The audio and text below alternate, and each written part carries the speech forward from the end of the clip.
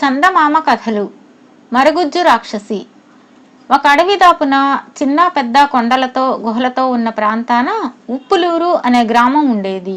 ఆ గ్రామంలో ఉన్న వీధి బడిలో చలపతి ఉద్యోగం చేస్తుండేవాడు. అతడికి ఈ మధ్యనే వివాహం అయింది. భార్య వకుల చాలా అనుకూలవతి. ఒక రోజున వకుల పక్కింటి పుల్లమ్మతో కలిసి గ్రామాధికారి ఇంట పేరంటానికి బయలుదేరింది. ఆ సమయంలో పుల్లమ్మ వకులతో, బొత్తిగా ఒంటి మీద చెప్పుకోదగ్గ ఒక్కనగా లేదు, చెవులకు కమ్మలైనా పెట్టుకో అంటూ ఇనప్పెట్టెలోంచి కొంతకాలంగా వాడకుండా ఉన్న కమ్మలు తీసి ఒకళ్ళు వద్దంటున్నా వినకుండా ఆమె చెవులకు పెట్టింది. పేరంటం అయ్యాక ఒకళ్ళు ఇంటికి వచ్చి చూసుకుంటే ఒక కమ్మ లేదు. శీల వదులుగా ఉండడంతో అదెక్కడో జారి పడిపోయింది. ఒకళ్ళు భర్త చలపతికి జరిగిందంతా చెప్పి, పుల్లమ్మ ఎంత బలవంతం చేసినా కమ్మలు నేను పెట్టుకోవలసింది కాదు, ఎలాగైనా కొత్త కమ్మలు చేయించి పుల్లమ్మకి ఇవ్వాలి అన్నది. భార్య మాటలు వింటూనే చలపతికి గుండెల్లో రాయి పడినట్టయింది. కొత్తగా కాపురానికి వచ్చిన భార్య. తిట్టి కోప్పడి ప్రయోజనం లేదు. ఎంత లేదన్నా కమ్మలకు 1000 రూపాయలు కావాలి. ఎవరిని సాయం అడిగేట్టు అని ఆ పగలల్లా ఆలోచిస్తున్న చలపతికి రాత్రి పొద్దుపోయినా నిద్ర పట్టక మంచం మెంచి లేచి తలుపు తీసి పుచ్చపువ్వులా కాస్తున్న వెన్నెల్లో కమ్మల గురించి ఆలోచిస్తూ తానెటుపోతున్నది గమనించకుండా చాలా దూరం నడిచాడు. చలపతికి హఠాత్తుగా తన అడవి దాపులనున్న కొండ గుహలకేసి వచ్చానేమో అన్న అనుమానం కలిగి తల ఎత్తి పరికించి చూశాడు. ఎదురుగా ఒక గుహ బయట ఒక మరుగుజ్జు రాక్షసి కూర్చుని ఉన్నది.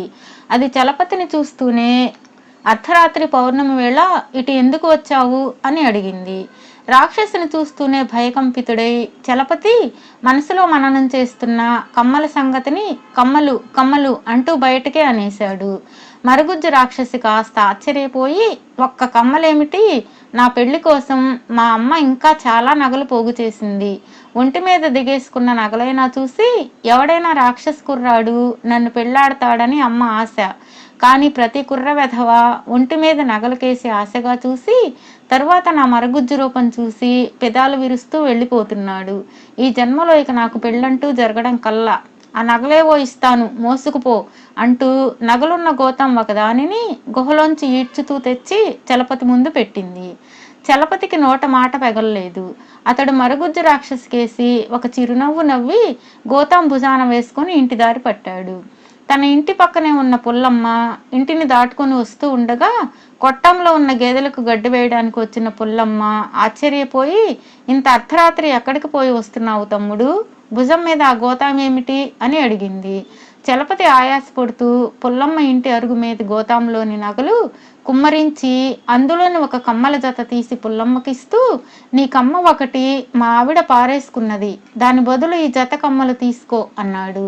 తర్వాత చలపతి నగలన్నీ తిరిగి గోతాంలో వేసి నోట మాట రాక కళ్ళప్పగించి చూస్తున్న పుల్లమ్మకు మరుగుజ్జు రాక్షసి గురించి సర్వం చెప్పి తన ఇంటికి తిరిగి వచ్చాడు. భర్త చెప్పింది విని నిండు గోతాం నగలు కంటబడగానే ఒకళ్ళ కళ్ళు తేలవేసి, ఆ మాయదారి మరుగుజ్జు రాక్షసి పెళ్లి నగలు మనకెందుకు, ఈ నగల సంగతి ఏ దొంగకో తెలిస్తే ప్రాణాల మీదకి తెచ్చుకున్నట్టే కదా అన్నది. ఇంట్లో గోతాం నగలు ఉండడంతో ఆ రాత్రి చలపతి వకులకు కంటి మీద కునుకు లేదు. పక్కింటి పుల్లమ్మ చలపతి అటు వెళ్ళగానే భర్తను గట్టిగా తట్టి నిద్రలేపి సంగతి చెప్పి, చొప్పున మన ఒంటెద్దు బండిని సిద్ధం చేయి, గోతాం నగలు దానంగా ఇచ్చిన రాక్షసి దగ్గర ఒక బండెడు నగలు ఉండి తీరాలి అన్నది నమ్మకంగా. ఆ భార్యాభర్తలు మరుగుజ్జు రాక్షసి ఉన్న కొండ గుహ చేరేసరికి అక్కడ ఇంకా రాక్షసి విచారంగా కూర్చుని ఉన్నది.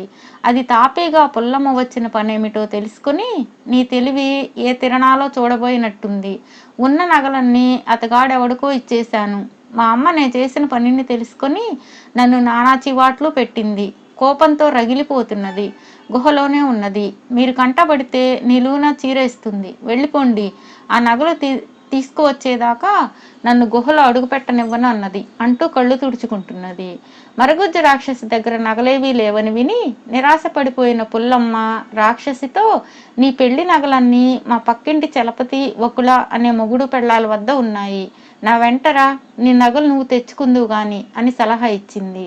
అందుకు రాక్షసి, నాకు పగల ప్రయాణం అంటే భయం, మనుషుల మధ్యకు రావటం అంటే మరీ భయం అన్నది. పుల్లమ్మ ఒక క్షణం ఆలోచించి, నువ్వు నే వెంట తెచ్చిన గోతాంలో హాయిగా పడుకో. నేను గోతాం మూత బిగించి బండి మీద తీసుకుపోయి మా పశువుల కొట్టం గదిలో పెట్టి బయట తాళం వేస్తాను.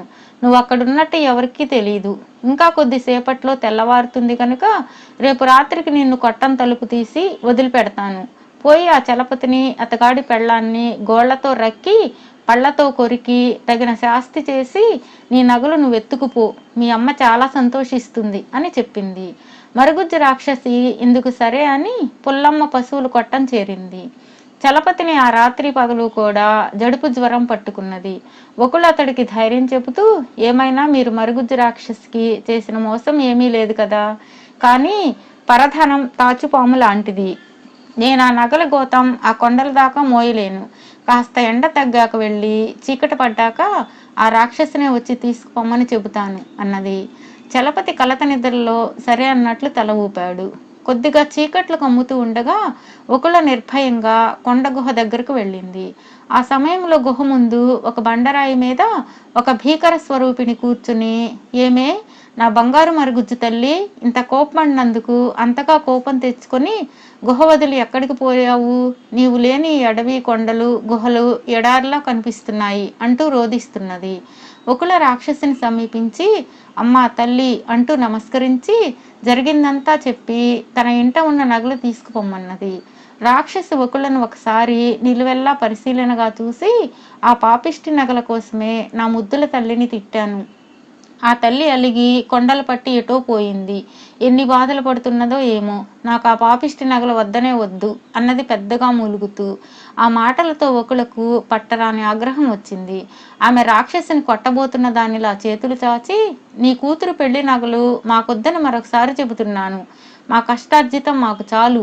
నీ కూతురు మరుగుజ్జు గనుక అటు రాక్షసుల మధ్య దాగి ఉండలేదు, ఇటు మనుషుల మధ్య కలిసి ఉండలేదు. ఏదో ఒకనాడు తప్పకుండా నీ గుహ చేరుతుంది. ముందు నా వెంట వచ్చి నీ నగలు తీసుకుపో అన్నది ఆజ్ఞాపిస్తున్నట్లు. దానితో రాక్షసి మెత్తబడి ఇష్టం లేకపోయినా ఒకళ్ళు వెంట బయలుదేరింది. వాళ్ళు గ్రామం చేరేసరికి ఒక జాము రాత్రి అయింది. ఒకళ్ళు ఇచ్చిన నగల గోతాం భుజాన వేసుకుని తిరుగుదారి పట్టింది తల్లి రాక్షసి. ఆ సమయంలో పుల్లమ్మ పశువుల కొట్టం గదిలో ఉన్న మరుగుజ్జు రాక్షసికి లోపల ఊపిరాడడం లేదు.